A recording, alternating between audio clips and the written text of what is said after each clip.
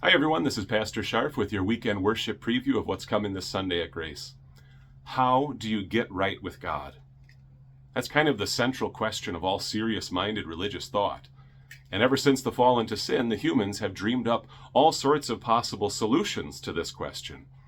Whether you try to hide from the issue of sin, like Adam and Eve did in the Garden of Eden, or you think this whole enterprise is just an act in balancing the scales of divine justice, as if, it'll all work out in the end as long as you do a few more of those things you think are good and avoid much of that stuff you think is bad.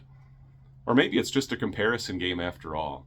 As long as you can assure that you look at least a little bit better than the person next to you, well, you'll probably be okay and skate by.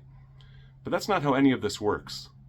By nature, we are conditioned to think that our right standing with God is brought about by our own doing, our striving, our improving. In other words, trying to use the law as a ladder to climb up to God with our own goodness. But because of our sin, that's impossible. How do you get right with God? You don't. Jesus does. This Sunday, the Apostle Paul is going to make an astonishing assertion, and right along with it, a beautiful summary of the whole gospel. He says that Christ is the end of the law, so that there may be righteousness for everyone who believes.